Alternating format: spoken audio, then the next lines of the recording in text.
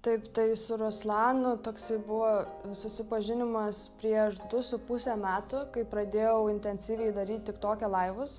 Jisai buvo vienas iš tų suporterių, kur atsiunčia kažkokių dovanų, nes gali TikTok'e ten siųsti dovanas, tai yra nusiperki tas dovanas, išleidi pinigus, išsiunti tam žmogui, kuris daro laivą ir tada tas žmogus gali išsikeisti tas dovanas į pinigus. Ir susitikti, intensyviau rašydavo ten, bet tai nebuvo labai crazy tos žinutės, tiesiog gal atrodė, kad simpatiją kažkokią jaučia.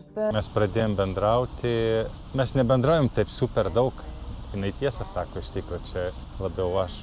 Buvo taip, ji rinko kažkokias lėšas tenais, jinai buvo, važinėjo ten, keliavo, mes biškai pasišnekėjom ir aš galvoju, padėsiu, nes jinai man jau prieš tai patiko. Ir ta prasme, jeigu atsakyti tą klausimą, tai ko gero, kaip pradėjom biškai bendrauti per jos socialinius platformas. Kaip tie pirmi bendravimai, kontaktas, kaip jūs jį prisimenate? Labai paslaptinga. Ir kuo jinai paslaptingesnė, tuo labiau jinai mane įtraukė. Nuvažiavome į Akropolį ir jis labai norėjo man ten auskarus padovanoti.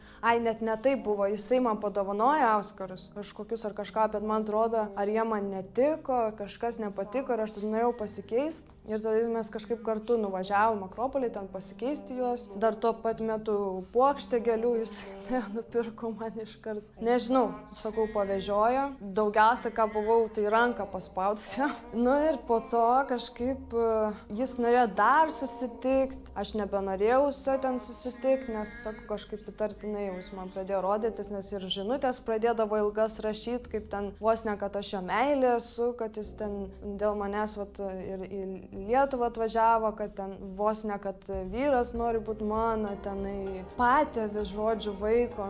Tiesiog prasidėjo toks psichologinis, taip sakant, tikrai galiu sakyti smurtas psichologinis, nes tu jį užblokuoji visur, tiesiog grinai užblokavau visur, bet vis tiek susiranda, per kur parašyti, arba ten susikūrė numerį, kažkokį naują per tą numerį rašo. Gmail'e pradėjo rašinėti irgi ten kasdieną po 5 e-mailus ir ta prasme ten užblokuoji tam Gmail'e, vis tiek eina į spamą, tie laiškai neįmanoma visiškai užblokuoti, kol spamo neištrini. Tai vis matai, ta prasme, tas žinutės ir